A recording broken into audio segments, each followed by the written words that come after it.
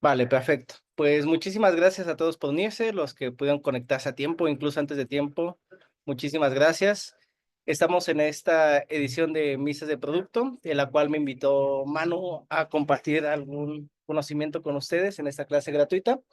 Y Manu iba a estar para presentarme, para dar la apertura al diálogo, pero tuvo un contratiempo y pues voy a tener que fungir de host y dirigir toda la sesión yo solo, ¿vale?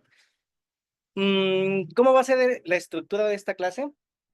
Voy a comenzar con una muy breve introducción mía, que me choca esa parte de presentarme, pero creo que a veces es necesario para conectar mejor y sepan al final de cuentas quién es el que está dando esta clase, cuál es ese mundo interno posible que tiene en su cabeza y que tengan un perfilamiento mío al final de cuentas. Y después será la clase en sí misma y finalmente abriré un espacio para dudas y comentarios. Eso no implica que cuando yo les diga, alguien tiene alguna duda de esto, puedan levantar su mano virtual, ya saben de las herramientas de participación y con gusto poder resolver sus dudas, ¿vale? Aquí algo que es importante para mí ahora decirles es que como voy a estar yo solo de host, moderador y todo, va a ser un poco complicado para mí leer el chat. Entonces sí les pido encarecidamente que guarden silencio en sus micrófonos, lo tengan apagado. Y si quieren participar o hacer alguna pregunta, levanten la mano virtual y enseguida vendré para darle la voz, ¿vale?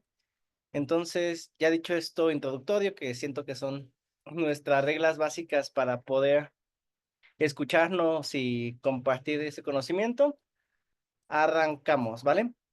Bien, la presentación del día de hoy, esta clase, decidí titularla Piensa como científico, diseña como visionaria.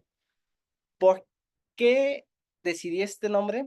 Porque muchas veces se piensa que la investigación de experiencia de usuario es muy diferente a la investigación científica o la investigación que se hace para marketing o de partidos políticos, etcétera.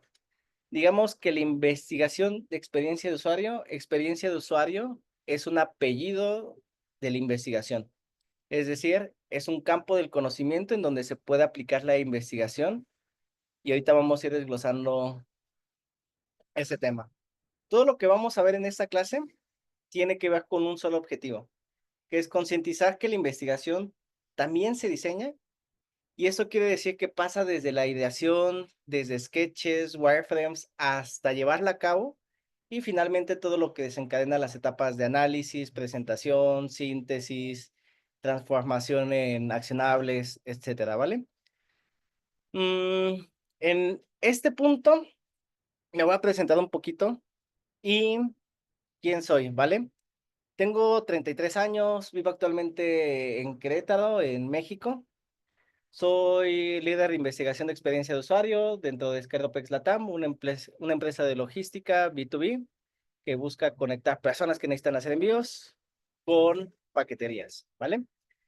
Tengo alergias a mil cosas y aquí me regreso un poquito dentro de mi equipo de investigación de experiencia de usuario. Son 6 que están en mi equipo, 4 dedicados a la estrategia cualitativa y 2 cuantitativa, lo cual no quiere decir que solamente hagan quantis y qualis, sino que tiene una preponderancia algunos roles en hacer cierta parte de la investigación.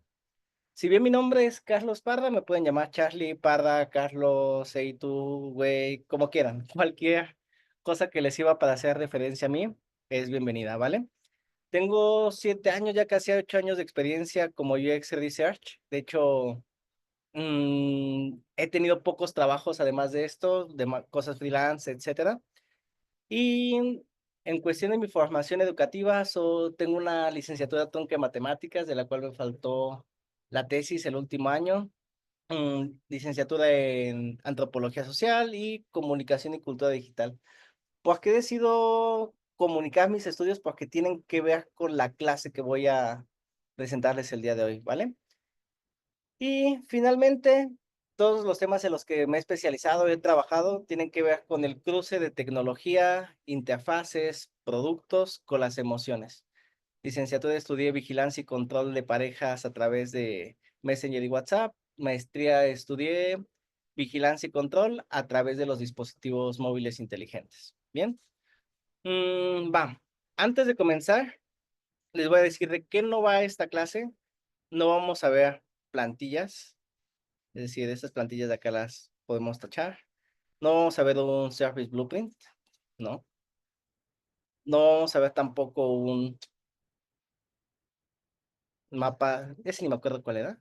Una lista de tareas y tampoco User Persona, ¿vale? ¿Por qué no vamos a ver estas herramientas o por qué considero que no es lo más adecuado? Porque siento que una plantilla, hacer un Service Blueprint, basta 1 hora, 2 horas de ver videos o 3 días, 5 días de leer un libro para aprender cómo hacerlo. Lo difícil es hacerlo en el momento correcto porque se tiene que hacer y de formas creativas, que aquí es algo de lo que vamos a decir que la ciencia y la metodología no están enemistadas con la creatividad. De hecho, estaríamos hablando de un concepto que ahorita vamos a profundizar, que es la creatividad metodológica. Bien, entonces, ¿esto por qué está tachado? Porque no es nada creativo, nada, nada. Y se dirán, ¿por qué sé trabajar en FigJam? Porque también mi estructura de cómo suelo dar una clase es que puedo irme del punto 1 al punto 2 y después regresar, como todo es iterativo, cambiante, y así es como vamos a ir deambulando aquí. Bien. Ahora ya que senté como este objetivo y quién soy yo y qué es lo que no vamos a ver, quisiera comenzar con algo, ¿vale? Mm, con lo fundacional. ¿Para qué hacemos research? ¿Para qué hacemos UX Research, Product Research, CX Research, cualquier tipo de investigación? ¿Alguien de aquí conoce esta fórmula tan famosa que está aquí al ladito? Ahora se abre el chat para ver si alguien comenta si la conoce. ¿No? No, no. Bien, va. Veo que varios no la conocen y esa es la famosa fórmula de Nielsen que muchas veces se dice solamente la frase, que es ¿por qué solamente necesitas hacer 5 pruebas de usabilidad? ¿O cuántas pruebas de usabilidad necesitas hacer para validar una idea? Este es el artículo que no sé por qué no me está dejando copiar mi propio texto que puse aquí. Porque se con esa herramienta. Bien. Y en ese artículo que se los dejo en el chat por si alguien lo quiere ir a leer, es donde especifica esta famosa fórmula donde dice 5 usuarios podrían ser suficientes en algunos casos, con algunas condiciones. No estoy diciendo que Nielsen diga nada más hagan 5 siempre, ¿vale? Pero esta fórmula es bien interesante porque lo que nos dice es el número total de problemas que vamos a encontrar de usabilidad tiene una relación que tiene que ver con el porcentaje de problemas encontrados en el primer caso, que se exponencia por el número de usuarios que nosotros estamos haciendo una prueba, quedando una fórmula de este tipo, que diga, quedando un gráfico de este tipo. Es decir, se va aproximando al 100. Esta gráfica quizá no se va a alcanzar a ver porque es muy grueso, pero en esa fórmula jamás podemos alcanzar a llegar al 100%. Nunca podemos encontrar el 100% de los problemas de usabilidad que tiene un producto, una interfaz, algo que estemos testeando. Bien, ¿por qué lo pongo aquí? Porque mi enfoque es que hacer UX Research, Product Research, CX Research, Marketing Research, Market Research, cualquier apellido que le queramos dar a la investigación, lo que estamos haciendo es reducir la incertidumbre. Es decir, el trabajo de un UX Research es hacer que la toma de decisiones sea sobre ciertos cimientos que permitan reducir ese incierto. Si lo reducimos un 1% está bien. Si lo reducimos un 50%, mucho mejor. Si lo reducimos un 90%, súper bien.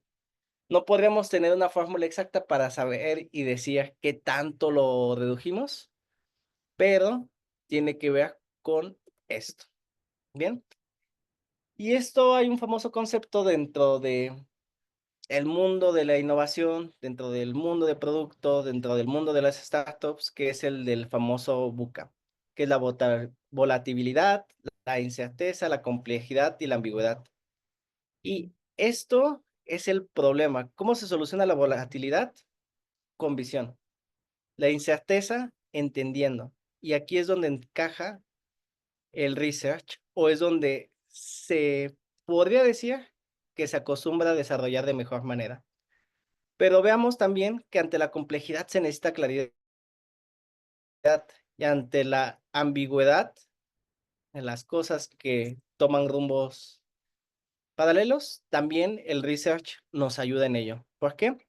Una buena investigación puede ayudar a tener una visión en un negocio, en una empresa a largo tiempo, puede ayudar a tomar mejores decisiones al tener mejor certeza, puede hacer que lo complejo no lo sea tanto y puede ser que lo ambiguo sea abrazado y aprovechado a través de la investigación, ¿vale?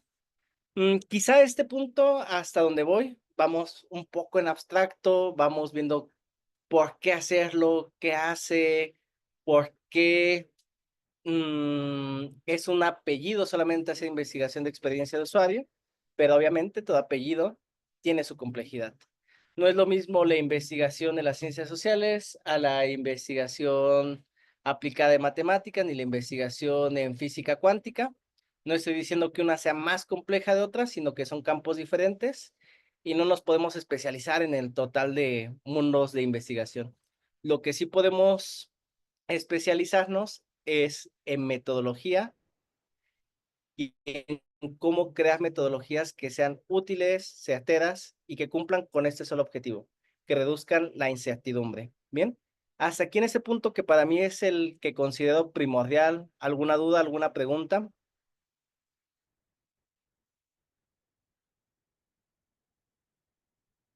Bien, no veo por ahí alguna pregunta y vamos a comenzar ahora sí en media res, es decir, en medio del problema.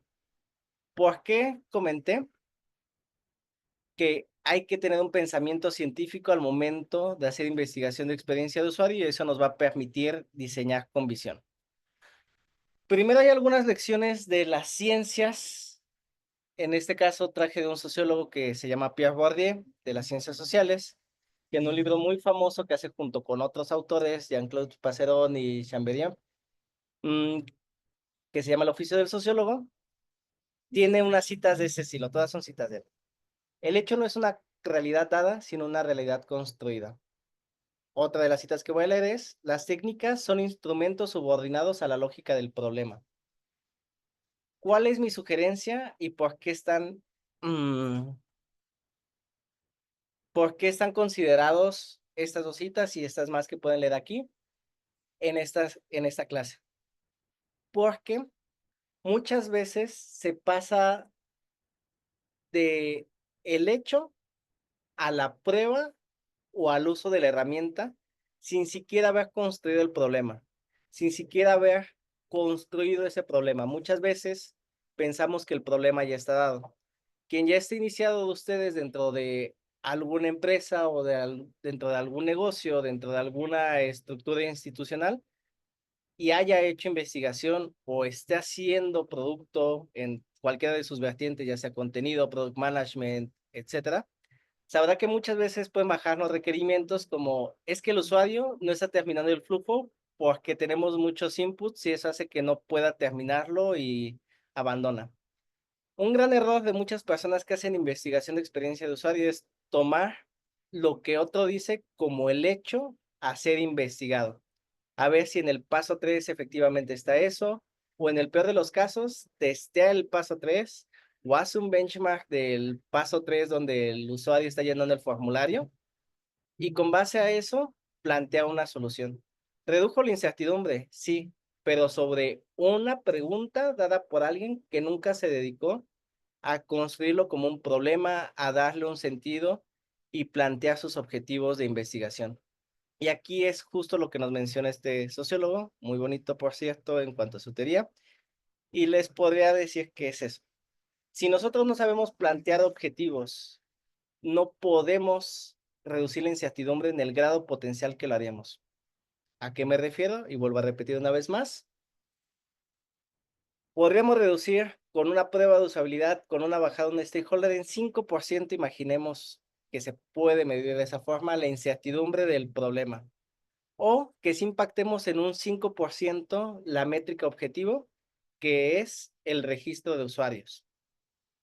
Pero si hubiéramos tomado otro abordaje en el cual nos hubiéramos dedicado a entender cuál era el problema que el usuario tenía para registrarse, cuáles son las fricciones, eso hubiera cambiado quizá el grado de incertidumbre al que hubiéramos llegado, ¿bien? Y eso es lo primero que pudiéramos decir. Cualquier comentario que venga de algún stakeholder, alguien que trabaje con nosotros, de un vecino, de un amigo, de un usuario, de otro investigador de experiencia de usuario dentro de la misma empresa, de un product manager, un investigador serio lo que debe hacer es tratarlo como una hipótesis, que puede ser cierta, pero su responsabilidad primera es, no me estás diciendo más que una hipótesis que yo tengo que ir a validar o refutar por medio de ciertas técnicas. Bien, aquí es donde voy al punto clave.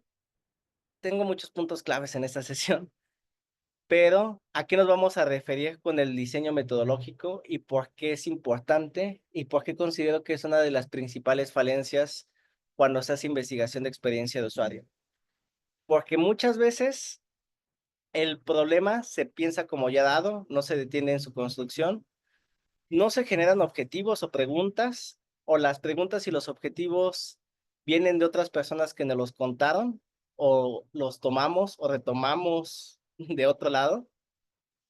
Y eso tiene que ser construido, tiene que ser hecho. Es decir, tenemos que problematizar el problema porque los problemas por sí mismos no existen. Es la postura del investigador el que crea y genera un problema el cual después va a investigar.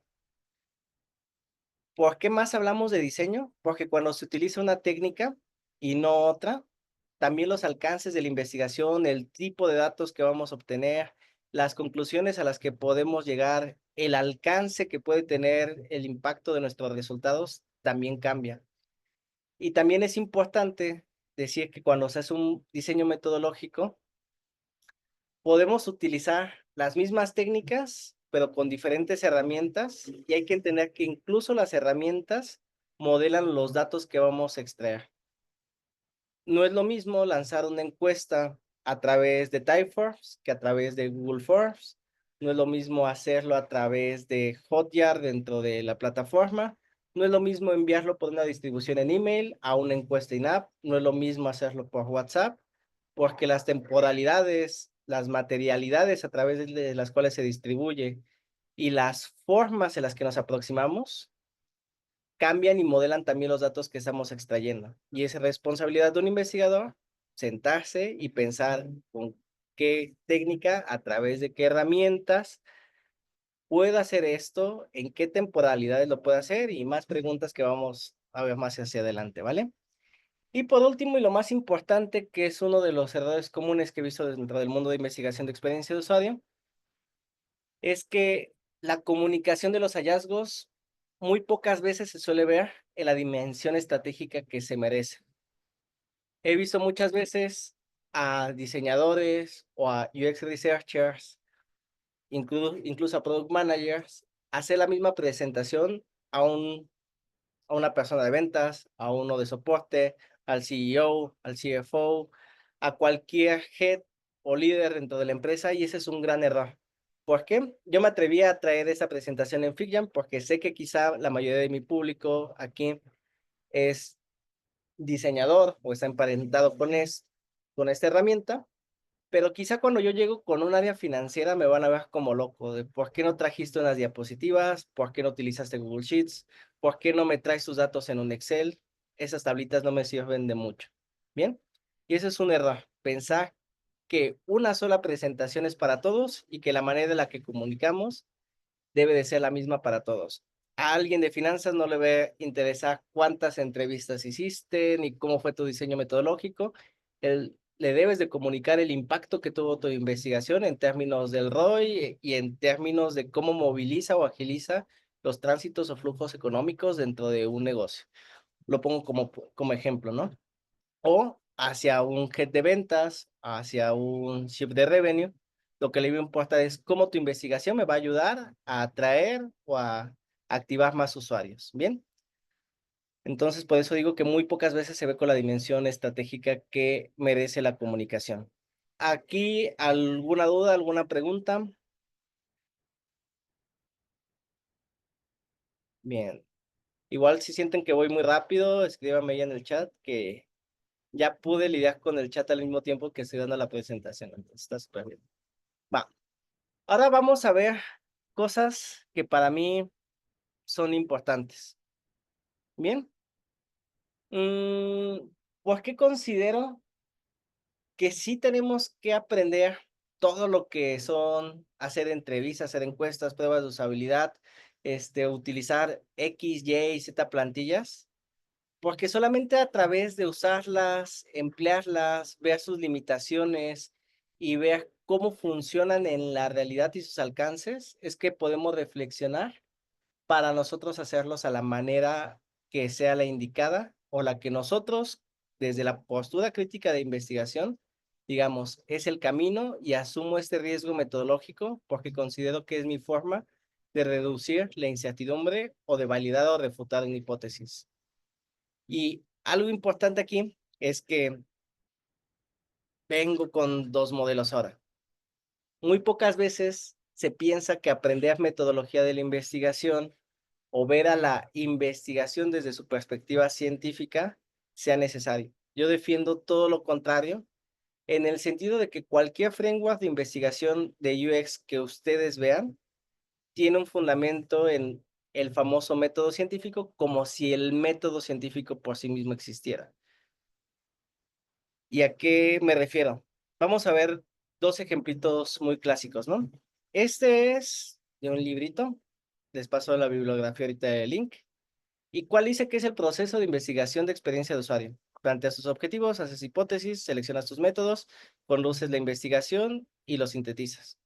Método científico de cajón, observación y preguntas, planteas un tema de investigación, una hipótesis, haces pruebas en un modelo experimental, analizas los datos, haces informe y conclusión. ¿Alguna diferencia? No hay prácticamente ninguna, y al contrario, el modelo de Research Process carece de algo importantísimo: definir el tema de investigación. Y ese es el error más común que pasa en UX, irse directamente a los objetivos sin haberse detenido a entender el problema. ¿Y qué es entender el problema? Es entender que hacer producto es ir desde lo abstracto hasta lo concreto, y eso todo en un flujo de constante información. Todo es información. En la capa más superficial que vemos, que es el visual design, donde está la persona interactuando con las pantallas en esa interfaz tan bonita, solamente es lo más concreto a lo que llegamos, pero nosotros también le damos información a un usuario que decodifica de acuerdo a sus sistemas culturales, interpreta y realiza acciones.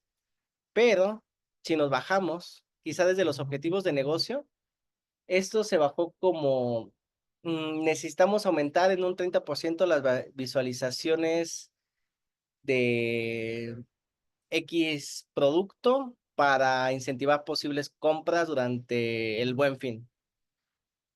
Esto se traduce a objetivos de diferentes áreas, a una estrategia de producto donde se crean varias posibles iniciativas en el cómo esta estrategia de aquí va a corresponder aquí, hasta que finalmente llegan a una UX strategy. Pero muy pocas veces cuando se hace UX puro entendido como yo me dedico hacia el usuario y hacia la empresa me hago ciego, que muchas veces pasa, créame que sí, se empieza simplemente desde aquí hacia arriba, sin entender que el problema se encuentra en estas capas inferiores. Y que si vemos qué es un negocio, estrictamente qué es un negocio, es o debería de ser una máquina de generar beneficios económicos a través de resolver problemas a sus usuarios, o bien a través de permitirles cumplir un job to be done, un trabajo que ellos quisieran realizar con tu producto. Bien, entonces esta deficiencia que está aquí es la misma que se ve en este proceso de investigación de UX Research Process, y algo que en el método científico se incluye, pero si vemos todo lo demás, es lo mismo. Y cualquier framework que me mencionen ahorita tiene y va a tener una inspiración en el método científico. No importa si es una investigación bajo el paraguas de un double diamond invertido, si es un Lean Research Process, si es un Atomic Research Process, da igual. La misma gata, pero revolcada, y por eso es mejor. Vayamos con los epistemólogos, los metodólogos, los que estudiaron para hacer investigación, plantean fundamentos de investigación y apliquemos la investigación en un campo concreto. Y eso no quiere decir que vayan, lean y que van a regresarse a la universidad y que tienen que aprender mucho, no. Son algunas cosas, algunos lineamientos que les van a permitir ser ágiles, ¿vale? Y les pongo otro ejemplo, y esto es más que un copy-pega de User Research Onion, que se atrevieron a ponerle incluso que fue creado en el 2024 por Leslie Krohn, pero nunca menciona que esta cita viene de otro libro que es de Crowley de los 1999. Y si lo vemos es la misma cebolla, con lo mismo, pero le cambiaron las palabritas. En el proceso de User Research y Research primero es algo positivista, interpretativo, realismo crítico, posmodernismo, deducción, adopción, inducción, qué tipo de investigación es, generativa, formativa, sumativa, mixta, actitudinal, de conducta. Estamos haciendo encuestas, estudios de caso, cuantitativa, monometodológica, mixed, cuantitativa, y qué procesos, técnicas vamos a utilizar para capturar esos datos. Diferencia con esta, nada más que aquí no pusieron pruebas de usabilidad, no pusieron, no sé si aquí estaban triadas, y ya, o sea, generalmente es esos los cambios, ¿bien? Y aparte muchas malas prácticas de gente que crea frameworks para vender, y repito, para vender, y eso es muy importante, no tiene la decencia de citar que todo viene de otro libro, o viene de otro metodólogo, o viene de otros lados, ¿bien? Aquí este sí, me lo robé, y lo admito, y me lo robé, pero lo transformé con ChatGPT para que me pusiera esas capitas de aquí abajo. Porque quería llegar a esto, ponerlo aquí, pero me iba a tardar mucho en cuestión de diseño y fue esto. ¿Por qué lo traigo aquí en un modelo de iceberg?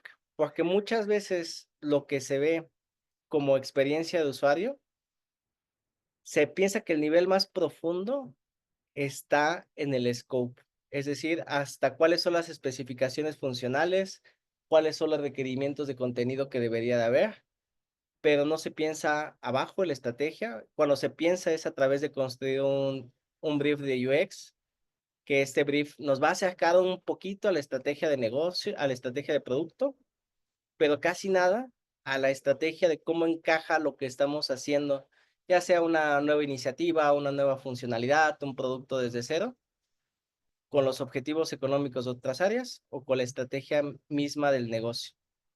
Bien, hasta aquí alguna pregunta, algún comentario.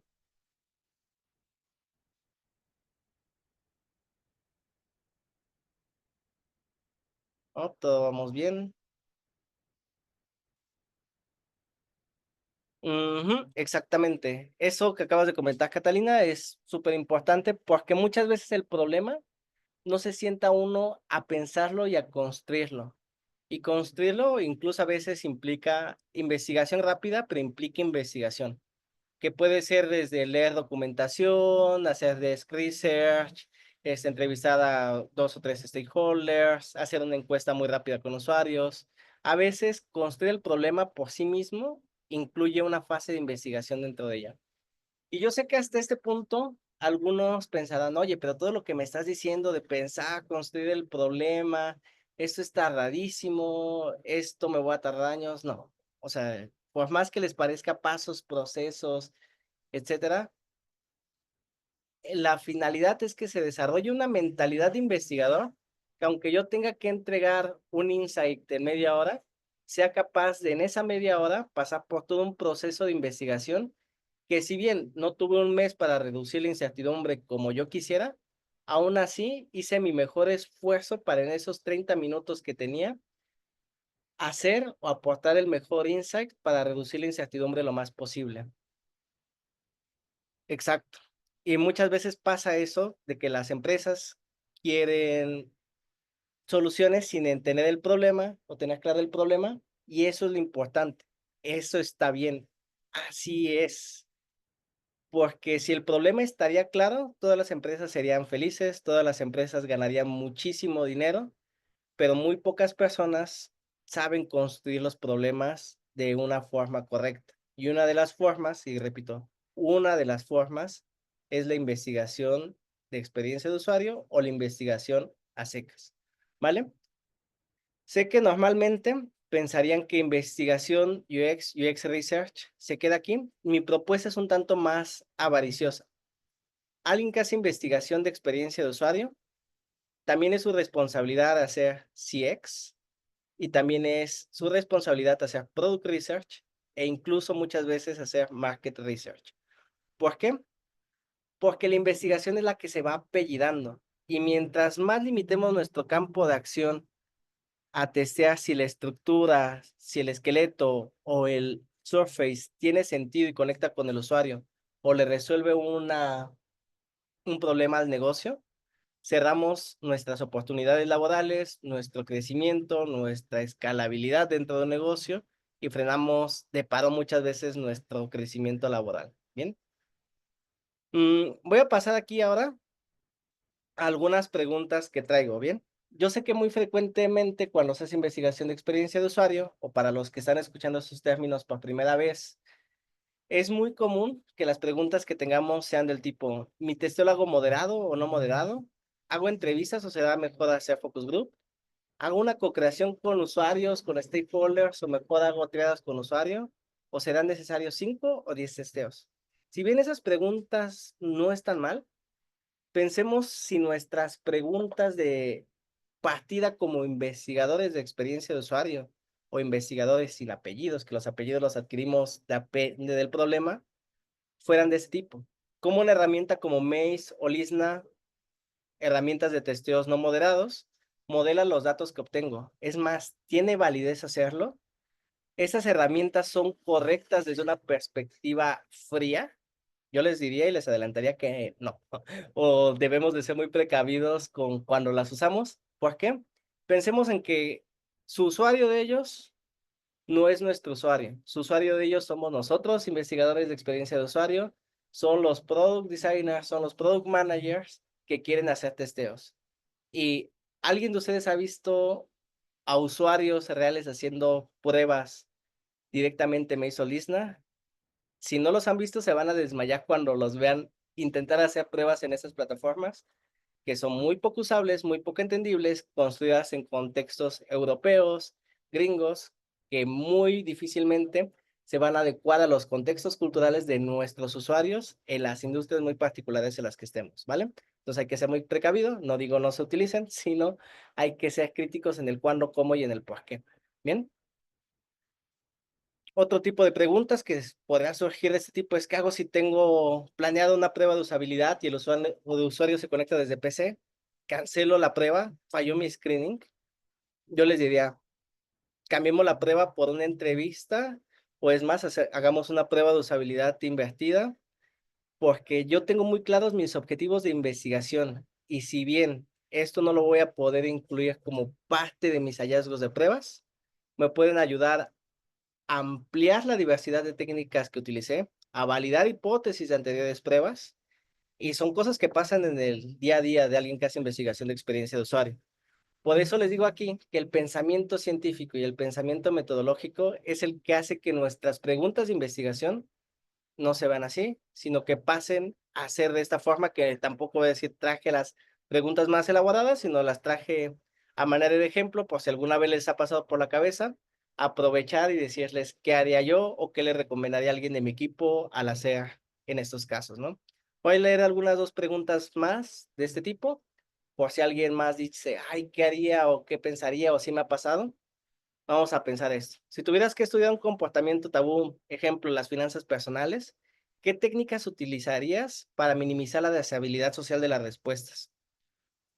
Mm, ¿Cuál creen que sería la respuesta deseable que nos va a decir el usuario o la normativa social que nos va a decir? No, ahorrar es muy bueno. Yo ahorro siempre, ¿no? Y sí me gusta invertir. O no, si tengo un guardadito, o no, no, no, yo no me gasto todo mi dinero, siempre llego hasta el final de la quincena. Esa es la deshabilidad. Y vamos a decir que por eso el usuario nos está mintiendo, tampoco, sino que está hablando desde una posición en el cual lo que nosotros estamos preguntando quizá no es de la mejor manera. Quizá lo tengamos que tratar con alguna técnica como business origami, en donde le pongamos papelitos y nos cuente una historia de cómo él lleva sus gastos. O tengamos que hacer una especie de diario con usuarios donde le enseñemos a hacer unas cositas básicas en Excel y que registre sus gastos de 2 días y después de ahí nosotros llegar a deducciones. O hacer caminos o recorridos guiados con esa persona, si es posible, para que veamos su gasto. Pero bueno, el gasto se puede limitar por ese acompañamiento porque el observador también sesga el cómo la persona está actuando en cierta situación, ¿vale? Pero les digo, estas son como preguntas que traje como ejemplo y quise decir, hacerlas como una manera de si les ha pasado, pues les doy cómo la haría o mis respuestas, que ni siquiera me respondí yo mismo antes de traerlas aquí, ¿eh? Veamos ahora otra pregunta aquí y con eso seguimos adelante. Esa está muy fácil. ¿Cómo elaborar cierta pregunta en una encuesta puede traerme más o menos tiempo en la limpieza o procesamiento de datos? Esto es bien importante porque muchas veces cuando se es muy novato haciendo investigación, se crea la pregunta sin después saber qué tanto tiempo me va a llevar limpiar, analizar, procesar y accionar esos datos. Ejemplo básico, imaginemos que preguntamos ¿en qué estado de la República Mexicana vives? Pregunta feísima. Y en lugar de ponerle un seleccionador, un drop down que en una lista desplegable puede elegirlo, lo dejamos como texto abierto. Después, cuando nosotros tenemos que normalizar los datos, es decir, limpiarlos, vamos a tener Querétaro con K, Querétaro con Q, Querétaro con acento, Querétaro sin acento. Y ahorita ya existe la bendita IA y podemos aventarle esos datos y decirle, ayúdame a normalizarlos todos. Pero ya fueron pasos extras, lo podríamos haber hecho bien desde un inicio. Y no solamente nos quitó tiempo en analizar, sino que, ¿qué tal si el usuario, el que nos lo está respondiendo, nos contesta, yo vivo en México, y otro nos contesta en México? ¿Qué es México para él? Estado de México, Ciudad de México, México país, decisión de investigador, quizá limpiamos el dato, lo vamos a tener que dar por perdido y va a ser una respuesta nula. ¿Por qué? Porque no lo hicimos bien y porque además generamos lo que tanto queremos evitar, una frustración para un usuario y una mala experiencia porque no es lo adecuado introducir un campo abierto cuando el universo de cosas seleccionables es limitado y finito. ¿Bien? Va. Aquí, ¿alguna duda, alguna pregunta, algún comentario?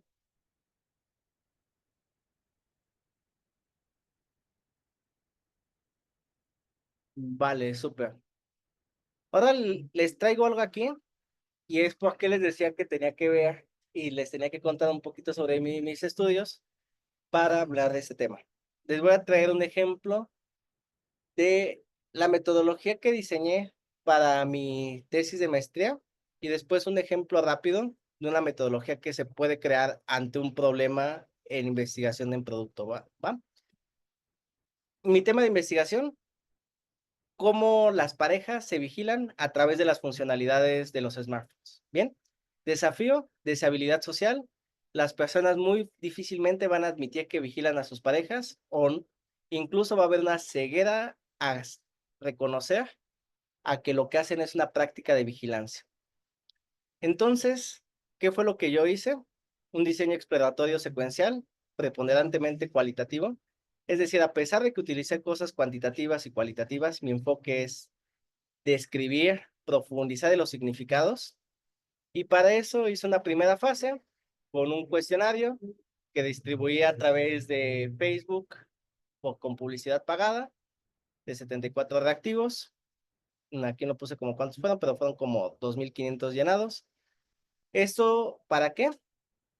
Para conocer cómo interactúan varias capas de la dimensión de las prácticas, de lo social, del aparato, de las interfaces, cómo permitían o no permitían hacer esas prácticas, pero además obtener una base de datos para hacer mi propio screening.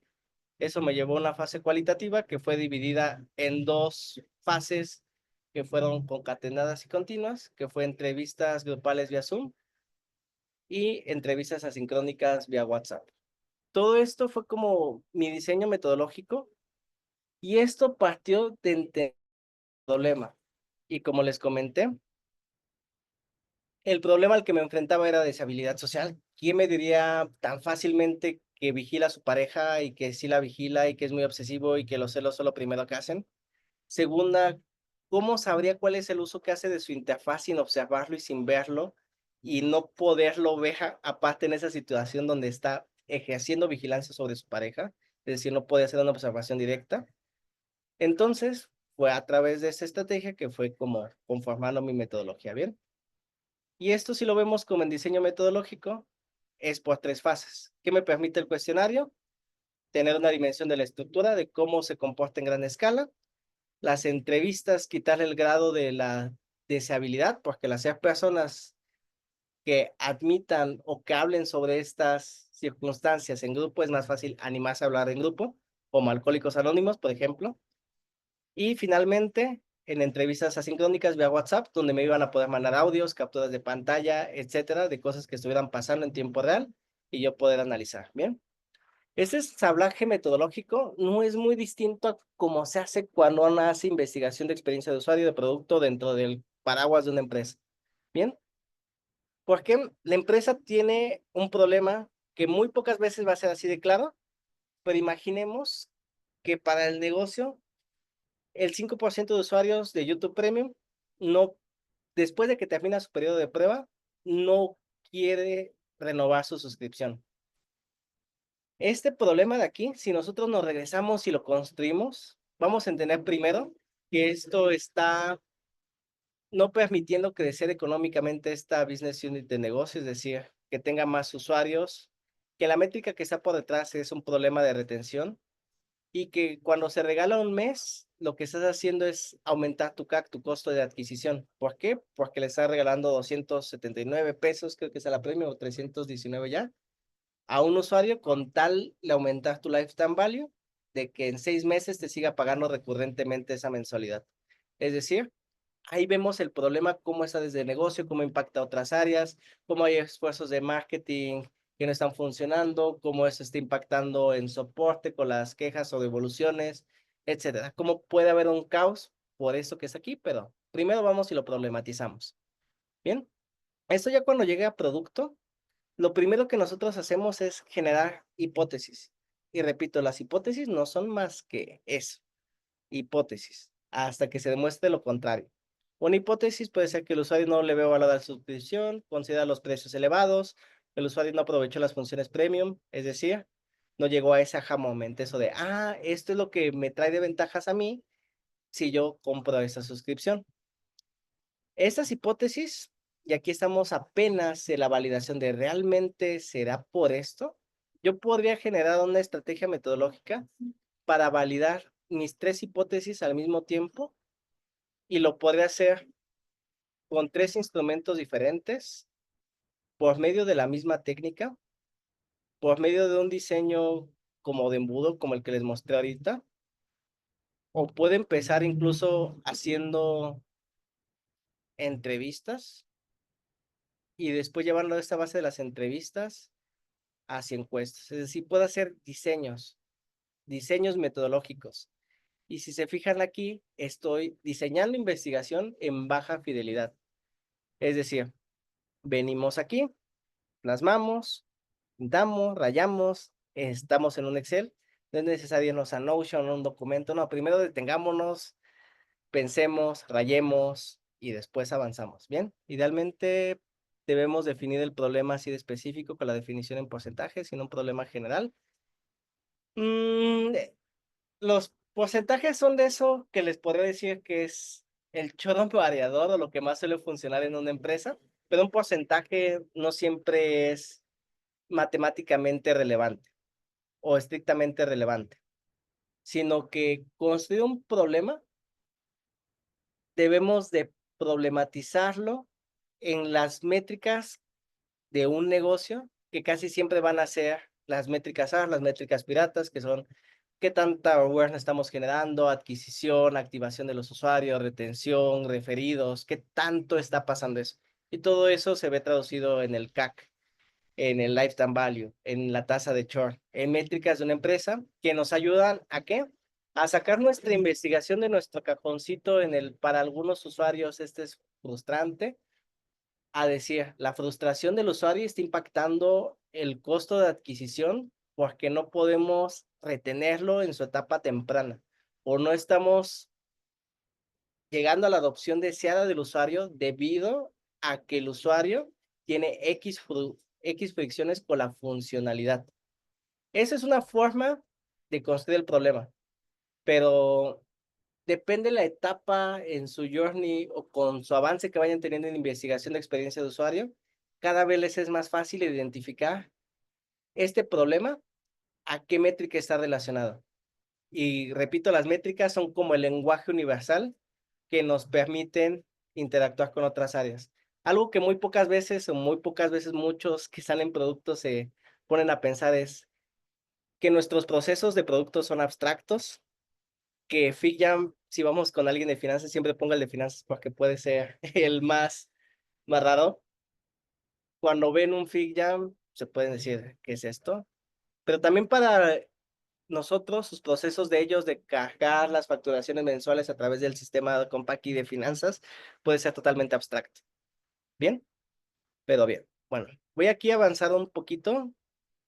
No sé si alguien tenga alguna pregunta antes de avanzar hacia lo que va siguiendo. Va. Si no hay preguntas, voy a terminar y después nos vamos a volver a detener. Ana María, adelante. Sí, tengo una duda, porque hace un rato estábamos hablando del tema de la estrategia y Ujú. de cómo lo comunicamos, pero entonces ahora me confundí.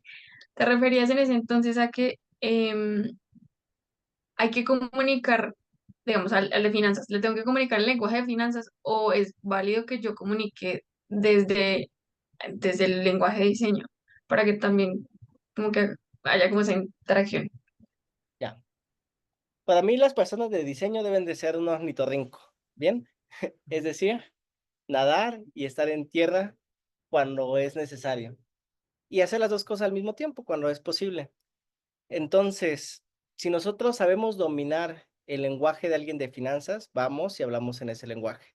Si nuestro lenguaje es híbrido y llegamos a ese perfeccionamiento del lenguaje en el cual te puedo transmitir los dolores del usuario a tu lenguaje, eso es lo ideal.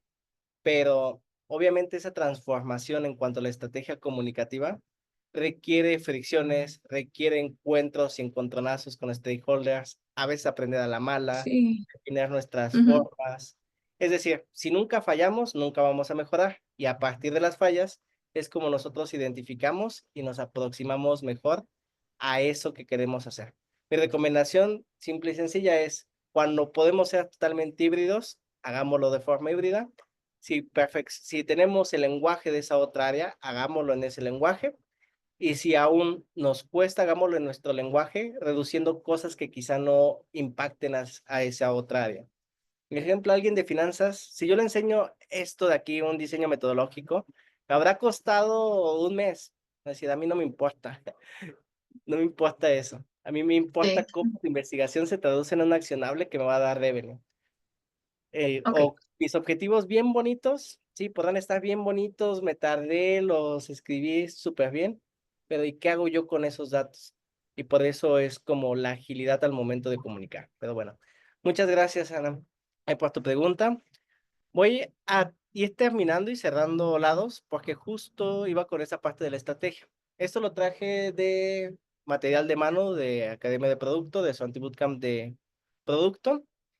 Y él dice algo con lo que yo concuerdo, que cuando se hace research, antes de pasar a la fase del cómo, hay que preguntarnos por qué lo estamos haciendo, para qué vamos a hacer y para quiénes y quiénes participarán en esta investigación. Yo les diría que yo además considero que esas preguntas nos las tenemos que hacer en cada una de las fases del proceso de investigación, que aquí es donde se los puedo desglosar. en la observación, en el planteamiento del problema, los objetivos, en la hipótesis, en la preparación del diseño metodológico, en la experimentación, en los resultados y en la comunicación. Es decir, ¿para qué documento? ¿Por qué documento? ¿Quién va a leer mi documentación? ¿Qué hipótesis tenemos? ¿Por qué tengo esta hipótesis? ¿De dónde vienen? La estrategia para mí no solamente se reduce a darme el tiempo de pensar en estas preguntas antes de avanzar. Diríamos en México un dicho muy común, no dar un paso sin guarache.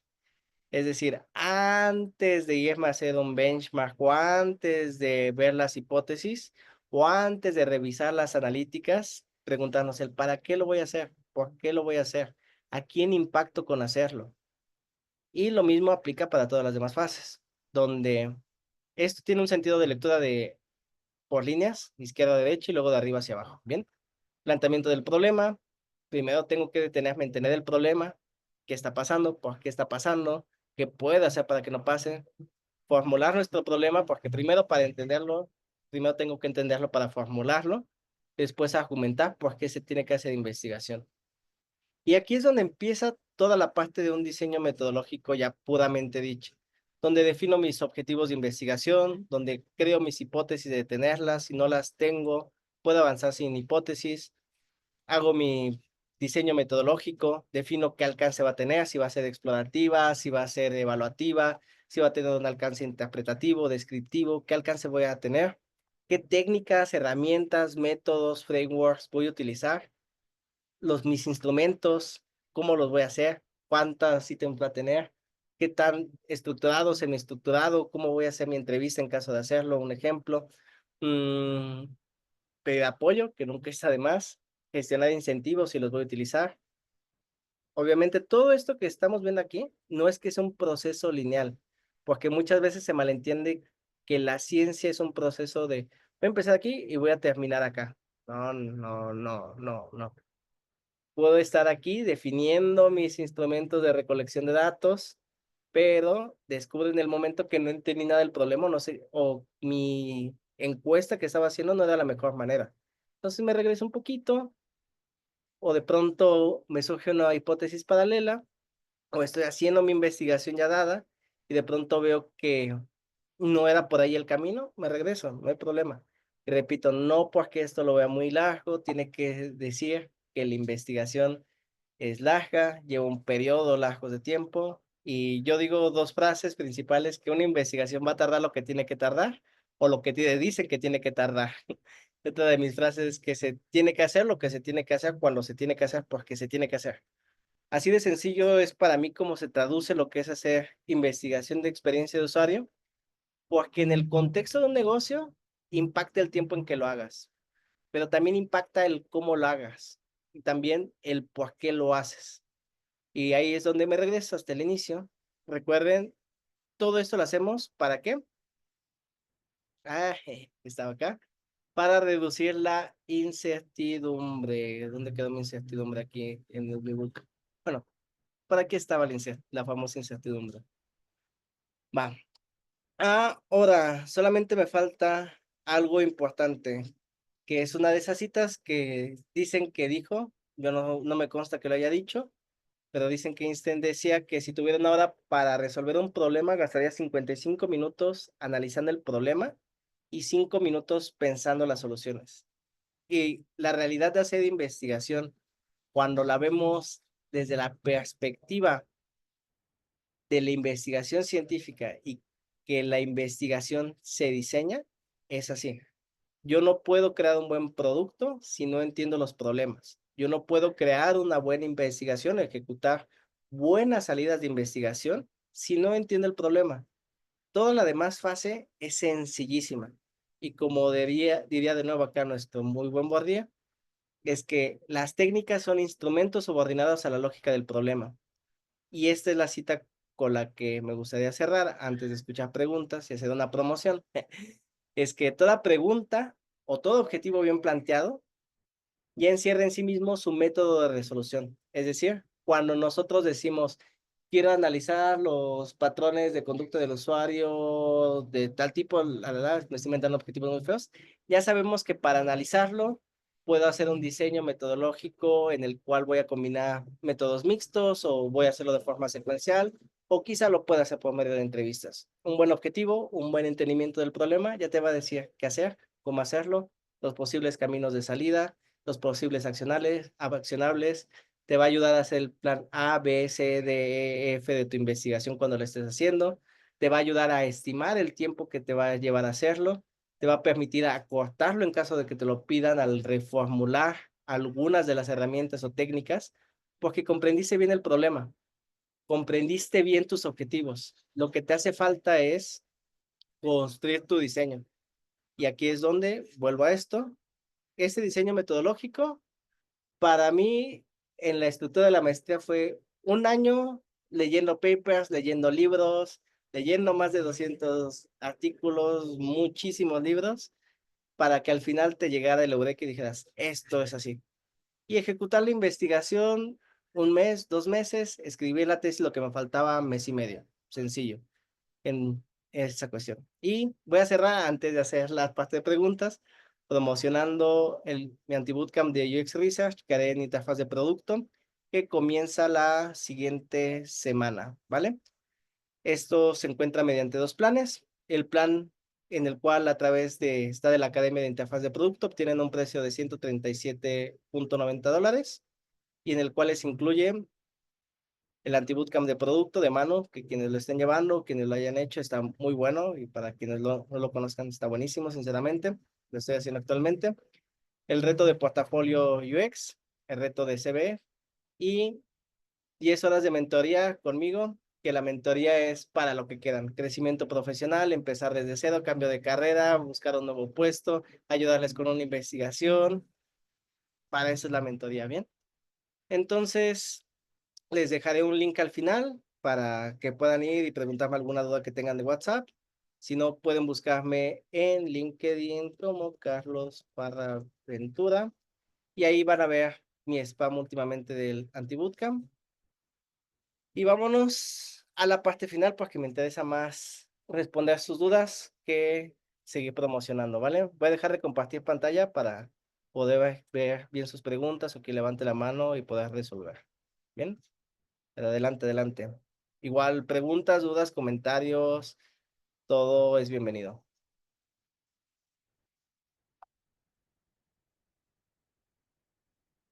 Adelante, Catalina. Gracias, Carlos. Mi pregunta es que, bueno, en lo personal, yo estoy en la parte, pues, como junior y sucede que yo siento que algo que todavía no manejo bien es precisamente eso, el tú desde el inicio entender cuál es tu presupuesto, el tiempo y con eso ya sabes qué herramientas, o sea, cómo vas a crear el puente de problema, solución. Pero claro, con tantos métodos y tantas fases, a veces no es tan fácil uno saber esa línea o esa trazabilidad o de entrada saber qué vas a escoger. Entonces, no sé si hay algún tip, algún libro que uno pueda leer como para desarrollar esa parte específica en la investigación, en escoger esos métodos o si ya es más de práctica. Bien. Ah, la prueba es un poco complicada, pero te voy a decir el camino más fácil que podrías tomar. Bien. Al nivel de una empresa, siempre existen esto que se le suele llamar las métricas piratas, que son las A, ¿vale? Voy a presentar mi pantalla para no ser tan abstracto, no tengo nada preparado de eso, pero creo que esto puede funcionar, ¿vale? Mm, estas métricas R, ¿sí? Son reconocimiento, adquisición, activación, revenue, retention, referral, ¿vale? Mm, haz un prompt a ChatGPT rápido y dime, y le puedes decir, dime 6 métricas empresariales o KPIs empresariales más comunes que se relacionen a cada una de las fases, que diga, a cada una de las fases del funnel, de las métricas piratas o de las métricas R, ¿vale? Aquí quizá en awareness te va a decir el costo por 1000 impresiones, el alcance de publicaciones, el número de visitas al sitio. Aquí te va a decir como la tasa de registros, no sé. Ahorita estoy como especulando algunas que te podría decir ChatGPT. Y aquí te va a decir, por ejemplo, en el revenue, el que digan en adquisición, bueno, activación, el costo de adquisición del cliente, el tiempo hasta primer acción, etcétera. Eso creo que es el camino más fácil porque comprendiendo que un negocio principalmente se compone de métricas o de fases que también están desprendiendo objetivos que cascadean hacia diferentes áreas, creo que es un camino corto que nos puede ayudar a hablar el lenguaje de otras áreas y entender el problema de forma más rápida. Ese sería como mi consejo o atajo rápido. Gracias. No, de nada, Catalina. Adelante, adelante, más preguntas. Les dejé otra vez que puedes entrar a mi curso de UX Research, al anti-bootcamp. También, ¿por qué no? Aquí les dejé mi link a WhatsApp por si quieren escribirme, tienen duda del anti-bootcamp, cualquier duda también que tengan extra que no se hayan atrevido a decirme, adelante, pueden hacerlo. Y yo sigo aquí si alguien tiene preguntas. Aquí el link del anti-bootcamp. Super. Preguntas, preguntas. Que a mí lo que me gusta es más responder preguntas, ¿eh?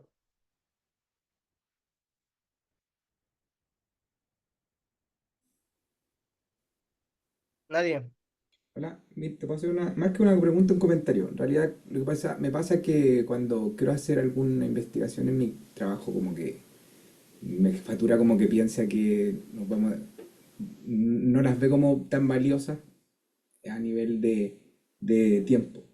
Que de repente va a ser mucho tiempo que uno se puede tomar en hacerlas y muchas veces ve como la razón de hacer un MVP rápido y salir a testearlo, más que hacer como una investigación previa. Más que la pregunta, o sea, más que una pregunta es cómo se puede lidiar con ese tipo como de, más que de comportamientos, como de visión de muchas veces, más que el negocio como de visión de algunas personas en la empresa que puedan tener como, no una animadversión, pero sí como una visión Existe. pobre de que a lo mejor de que la investigación sea tan valiosa cuando ellos a lo mejor tienen como más que claro el problema, tienen mucho más experiencia a lo mejor dentro del negocio. Ya. Te cuento un poquito qué haría yo y no sigan mis consejos si no los quieren tomar, ¿vale? Vale.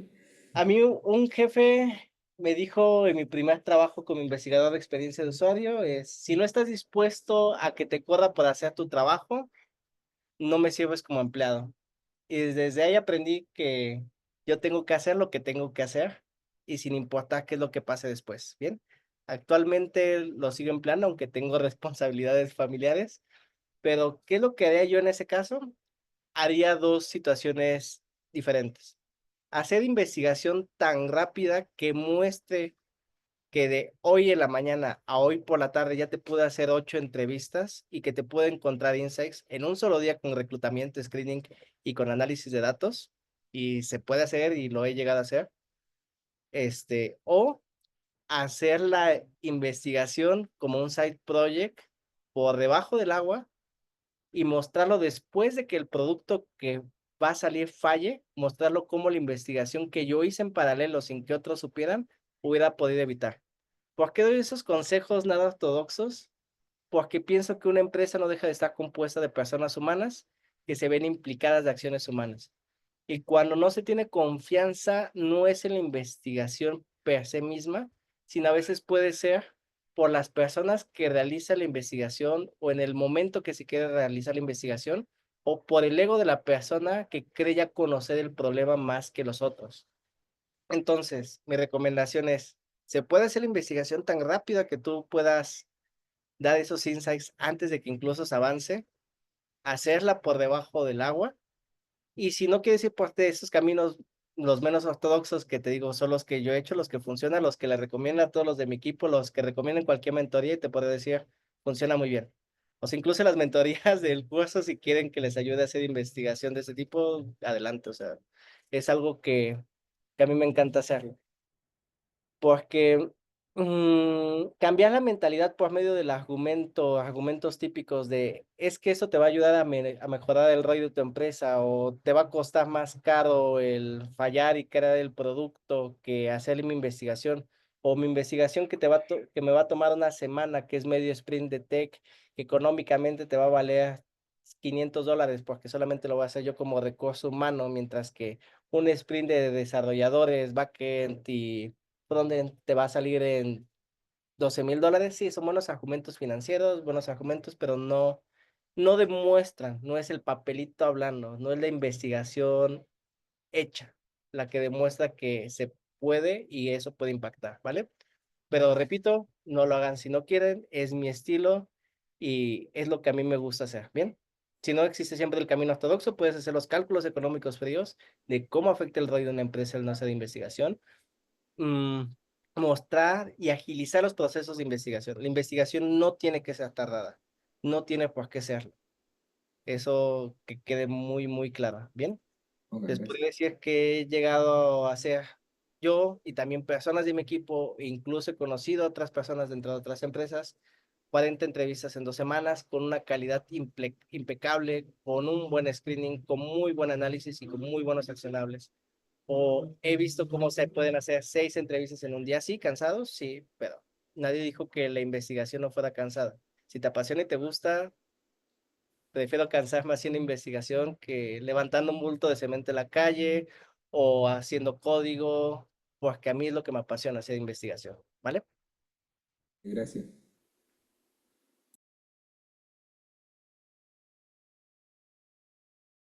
Que en el camino de lanzar un emprendimiento, uf, poder plantear investigación en cualquier momento que se tenga que hacer y cuando se tenga que hacer. Si es un emprendimiento digital, desde el uso de técnicas, el seteo de datos, en el qué puedo medir, cómo lo voy a medir, cómo puedo probar la deseabilidad de mi producto, cómo puedo ver si hay un fit, cómo puedo adaptarme al feedback de mis usuarios en el crecimiento. Hay mucho que se puede hacer. Ahí respondiendo a la pregunta que está en los comentarios. ¿Alguna pregunta más?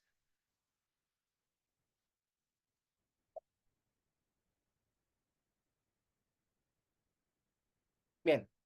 Si no con esto doy por cerrado, pero antes de que se me vayan, les voy a dejar un regalito, porque sé que me pude ir como de pronto por las ramas, pero creo que pude transmitir mi mensaje que quería.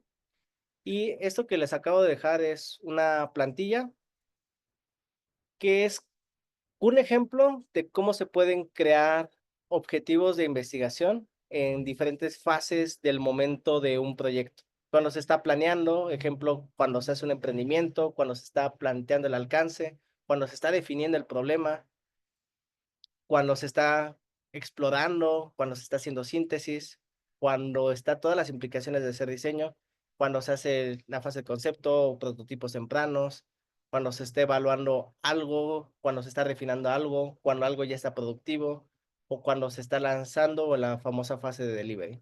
Estos son más que ejemplos y criterios comunes que puede haber en una empresa o problemas típicos en una empresa.